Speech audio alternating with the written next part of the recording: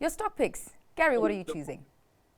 Yes, we've kind of had an all retail show today, and so I'm actually going to go with Shoprite as my pick for the evening.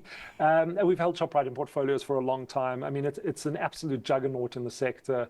I think it's the leader, and there's an economy of scale to these things as well. I mean, if you look at their distribution, and I know Sean likes Pick and Pay, but and I know there's an argument for a turnaround. But if you look at the way that Shoprite manages its intelligence, the way that their DCs work compared to the other retailers, it's just they're leaps and bounds ahead in terms of technology.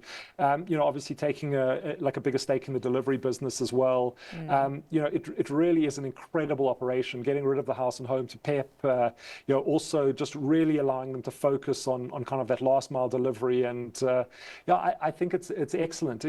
Compared to what Shoprite trades on in multiple terms, it's really not expensive historically. Sean was talking about years ago. I mean, I also remember retailers, the foreigners absolutely loved South African retailers. You'd look at the shareholder base and it'd all be foreign. And I mean, they were trading on much higher multiples than they do today. And in a slightly better operating environment, retail sector, I think, is going to run really, really hard. And Shoprite is a great company at a fair price, I think. So yeah, something to add. Well, surprise, surprise, Shane is also going for a retailer and Pick and Pay. Well, I think we've kind of sort of thrashed the Pick and Pay story out there. I think there's significant upside, but it's a self-help story. Maybe if I can change tack, and since it was the Remgro AGM today, say that I would like to maybe go for Remgro. Okay. The reason you like Remgro is they've got great assets and poor management. That's essentially the story.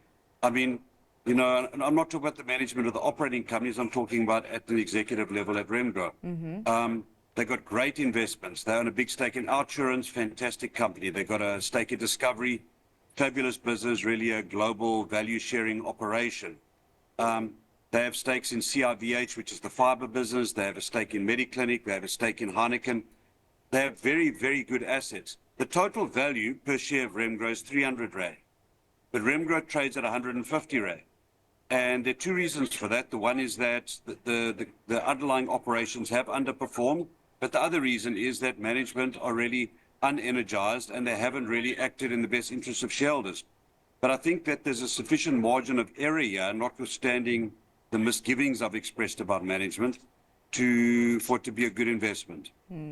All right. Well, thank you so much for your time and for your analysis today, gents. That was really, really fun. That is all for tonight's Stock Watch. Thanks to our guest, Shane Watkins from All Weather Capital and Gary Booysen from Rand Swiss.